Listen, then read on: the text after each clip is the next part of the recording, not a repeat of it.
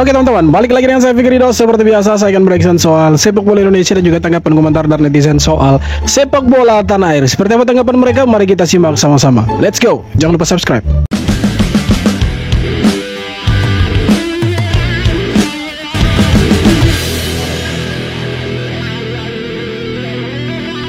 Timnas Indonesia sepertinya tidak jadi melawan Malaysia pada FIFA Matchday September 2025 mendatang. Pasalnya laporan dari media Rusia, Voice of Russia, PSSI tengah mengupayakan Timnas Indonesia melakoni laga uji coba melawan negara-negara pecahan Uni Soviet seperti Rusia, Kazakhstan, dan Uzbekistan. Rencananya pertandingan digelar pada September 2025 untuk dijadikan persiapan jika Garuda berhasil lolos putaran keempat kualifikasi Piala Dunia 2026 zona Asia. Nah, saya pikir jadi itu lawan Malaysia, padahal sebenarnya seru itu. Tapi lebih seru lawan Rusia sih, biar Malaysianya ya tidak laku lagi. Bukan tidak laku sih, tapi ya kita lebih seru aja lawan Rusia. Secara kan mereka negara besar, pernah ikut Piala Dunia. Nah, Malaysia ya kualifikasi Piala Dunia saja mereka gagal, Piala Asia saja mereka terseok-seok. Bukan Piala Asia, kualifikasinya mereka terseok-seok. Ya kalau mau dipilih lebih bagus lawan Rusia, karena mereka negara besar itu daripada melawan Malaysia. Biarlah mereka diabaikan dulu. Untuk sementara waktu mereka diabaikan. Sementara waktu. Sementara ya Malaysia, ya jangan marah Malaysia. Agak ASEAN All Stars seperti tak menarik. Sejumlah pemain kunci dari berbagai negara ASEAN dikabarkan mundur dari skuad ASEAN All Stars. Skuad ini dipersiapkan untuk laga persahabatan melawan Manchester United di Malaysia. Memang tidak pakai otak juga kadang-kadang ini AFF ini. Faham juga, aduh, tidak pakai otak. Bayangkan ini negara-negara di Asia Tenggara ini ada lagi sibuk untuk kualifikasi Piala Dunia, ya kan, Indonesia. Malaysia itu lagi sibuk untuk persiapan kualifikasi Piala Asia 2027. Nah, mereka itu kan lawan Vietnam. Nah, di lain sisi mereka juga adakan pertandingan persahabatan untuk lawan MU. Itu tidak ada otak memang di AFF. Pada 28 Mei mendatang. Tim ini akan dinahkodai oleh pelatih kepala timnas Vietnam, Kim Sang-sik. Namun, antusiasme awal terhadap laga ini mulai meredup seiring mundurnya beberapa pemain penting. Penarikan pemain bintang ini menimbulkan pertanyaan besar di kalangan publik Vietnam. Media Vietnam dan Tri bahkan mempertanyakan alasan para bintang menolak bergabung melawan Manchester United. Beberapa negara ASEAN seperti Thailand, Indonesia, dan Malaysia menarik pemain andalan mereka secara bertahap.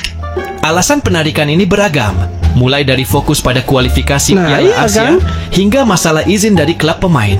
Betul juga. Selain karena persiapan kualifikasi Piala Asia, Piala Dunia, klub juga itu tidak melepas pemain-pemain yang mereka minta itu.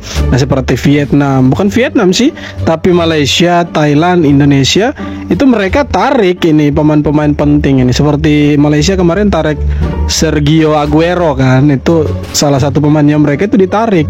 Nah, kenapa ditarik? Penyebabnya mereka itu mau lawan Vietnam nanti di bulan Juni, persiapan kualifikasi Piala Asia. Ya benar juga, memang ya tidak penting ini sebenarnya, tapi kenapa dipaksakan untuk diadakan? Harusnya ya jangan diadakan lah AFF, karena memang tidak pakai otak mereka itu, hanya memikirkan kesenangannya mereka itu. Untuk keuntungan pribadinya mereka tuh, lupa kalau negara-negara ASEAN ini lagi ada persiapan ini untuk kualifikasi Piala Dunia dan Piala Asia. Kocak.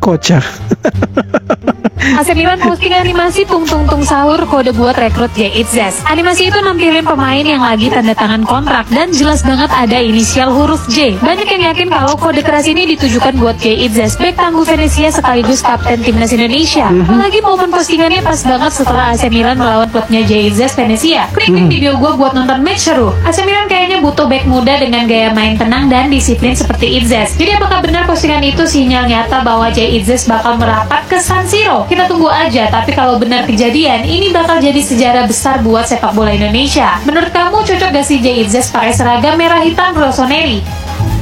Bukan tidak cocok, bukan, jangan tanya lagi, itu sangat-sangat cocok dia pakai itu. Tapi pertanyaannya kembali lagi, apakah dia akan dapat menit bermain di sana atau justru jadi cadangan mati? Tapi saya sih yakin dia kapten di Venezia, dapat menit bermain reguler, dan ya dia sering lawan klub-klub top Serie A dan dia performanya bagus. Tidak jarang sih dia setiap pertandingan tuh menurun. Dia selalu konsisten. Nah, itu yang membuat bisa jadi. Itu yang membuat seperti AC Milan, ya kan, Inter Milan, Napoli, Bologna itu mau rekrut Jeitzes itu. Tapi kalau sampai kejadian dia bermain di AC Milan, ya kita ciptakan sejarah lagi. Ada pemain Indonesia yang bermain di klub besar, klub bersejarah di Italia, di Serie A. Pemain Indonesia mungkin satu-satunya yang pernah main di AC Milan. Nah, mana tetangga bisa? Mereka mau banding-bandingkan dengan mereka punya siapa itu, Dion Kuls. Tidak laku. Dion Kuls masih muda bermain di Liga Thailand. Jeitzes, Messi, Kevin Dix bermain di Liga Eropa. Jadi jangan dibandingkan lah antara Dion Kuls itu back apa itu masih muda bermain di Liga Thailand. Beda lah dengan Liga-Liga Eropa, jauh sekali itu.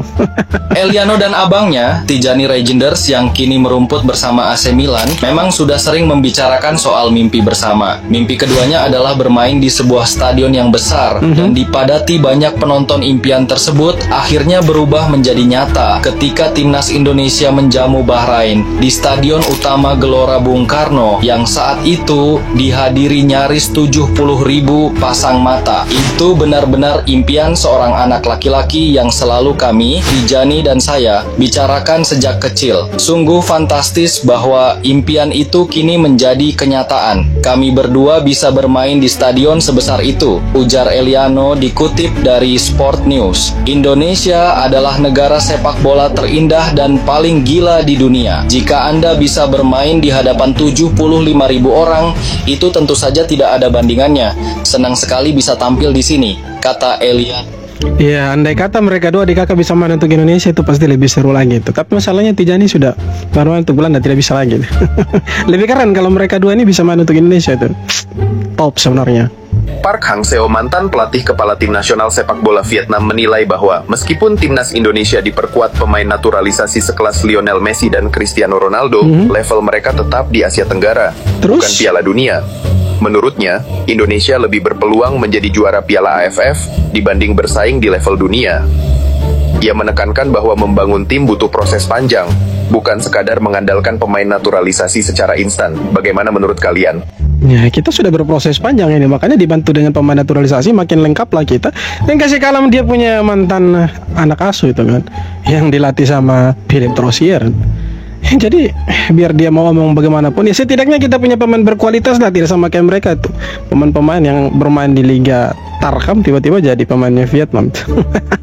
Timnas Indonesia makin dilirik dunia setelah Rusia tertarik ajak uji coba. Kazakhstan dan Uzbekistan juga menyatakan minatnya. Wakil Perdana Menteri Rusia Denis Manturov bahkan secara langsung menyampaikan keinginan negaranya menghadapi Indonesia. Menariknya, PSSI dan RFU kabarnya sudah berdiskusi lokasi pertandingan antara Jakarta atau Moskow. Kalau beneran terjadi, ini bisa jadi uji coba terbesar Timnas Indonesia tahun ini. Timnas Indonesia. Nah, semoga bermain di Moskow itu, biar pemain-pemain Indonesia yang bermain di liga lokal bisa merasakan bagaimana atmosfernya bermain di Moskow itu, di kandangnya Rusia itu. Pasti seru tuh. Kita layak tungguin. Apakah benar-benar terjadi atau hanya sekedar ya tes ombak saja tuh. Meski kalah lawan timnas Indonesia, Cina PD bisa tetap ke Piala Dunia lewat jalur ini. Media Cina 163.com menulis, meski nantinya Cina kalah dari Indonesia di GBK tanggal 5 Juni mendatang, mereka masih bisa lolos ke Piala Dunia 2026 di Amerika Serikat. Caranya? Menurut mereka, Cina bisa lolos melalui jalur undangan. Pasalnya, menurut rumor, Iran mungkin tidak akan ikut serta dalam Piala Dunia 2026 meski sudah lolos lewat jalur kualifikasi, dikarenakan Iran termasuk ke dalam negara yang warganya dilarang masuk ke AS. Jadi 163.com berharap bahwa terblacklistnya Iran membuat Cina bisa diundang FIFA untuk jadi pengganti. Percaya diri sekali dia mau jadi tamu undangan. Ya, dari dasar klasemen bagaimana mau jadi tamu undangan, kocak.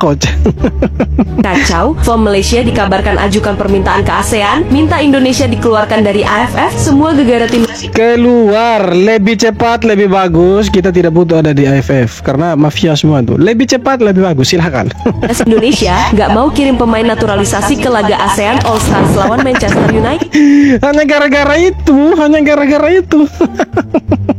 Kocak sekali. Banyak yang bilang ASEAN makin gak solid. Bener gak sih Indonesia pantas dikeluarin? Kacau. FOM Bukan masalah solid atau tidak solidnya, mereka yang tidak pakai otak.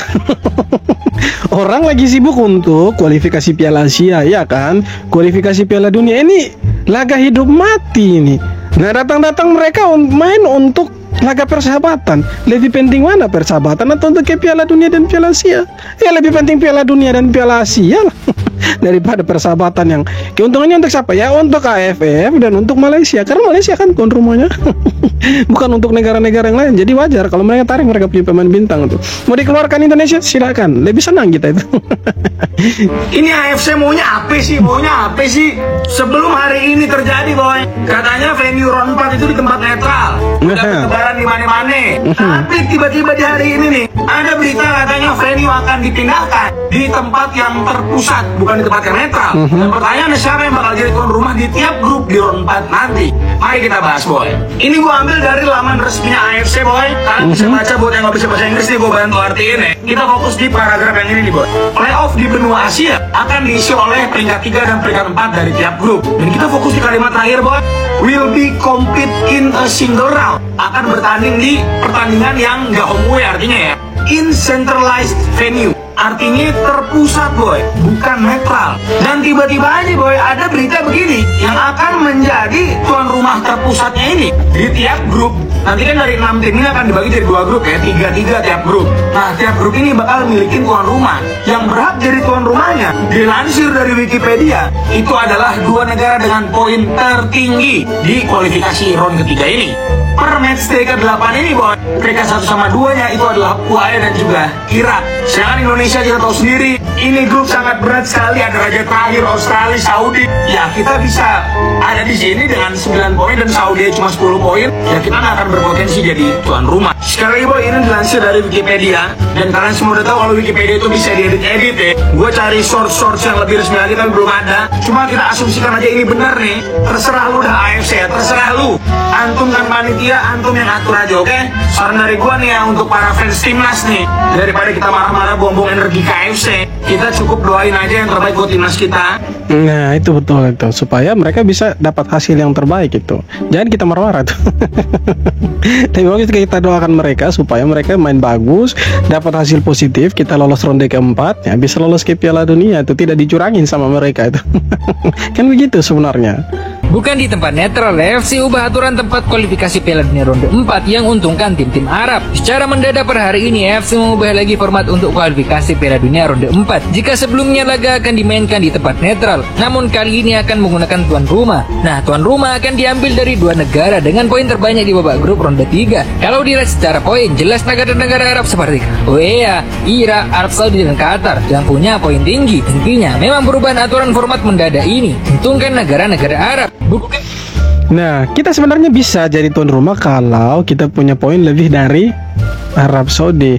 Tapi permasalahannya, kalau misalkan aturan itu betul dirubah sama AFC, nanti kita bermain di negara-negara Arab, yang kita lawan itu bukan lagi negara yang menjadi lawan kita, tetapi mafianya, wasitnya, ya kan, itu yang menjadi lawannya kita nanti.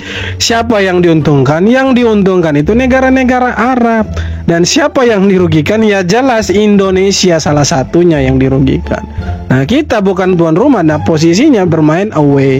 Anggap saja kita bermain away. Ini bukan main di tempat netral, tetapi bermain di tempat yang terpusat. Artinya negara yang menjadi lawan kita, mereka itu jadi tuan rumahnya. Nah, itu persoalannya. Ini bukan masalah soal main bolanya, adu strateginya seperti apa. Tapi di sana nantinya, ya sudah pasti tidak lain tidak bukan akan terjadi lagi, ya kan, insiden-insiden seperti Ahmed Al-Kaf itu, di mana kita dicurangin habis-habisan. Jadi semoga ya ini tidak betul, ini hanya hoax saja, supaya jangan sampai kita yang dirugikan nantinya. Karena kalau sampai benar-benar itu terjadi, maka sangat disayangkan sekali, dan Indonesia ya sudah pasti dirugikan sekali. Karena yang kita lawan nanti di sana itu bukan negara tujuan nih yang kita lawan, tuan rumahnya, tapi mafianya, wasitnya yang mudah dibayar. Nah, mereka lah yang akan dilawan, jadi lawan sesungguhnya nanti. yang akan dilawan sama Indonesia. Kalau benar-benar dirubah sama AFC, ya semoga lah tidak dirubah sama AFC, karena kalau sampai benar-benar dirubah maka sialah kita. Oke, jadi itu dia beberapa video tanggapan komentar dari netizen soal sepak bola Indonesia, dan seperti apa tanggapan kalian silahkan tulis kolom komentar, dan terima kasih banyak sudah nonton video sampai akhir, dan yang terpenting jangan lupa untuk subscribe. Thank you.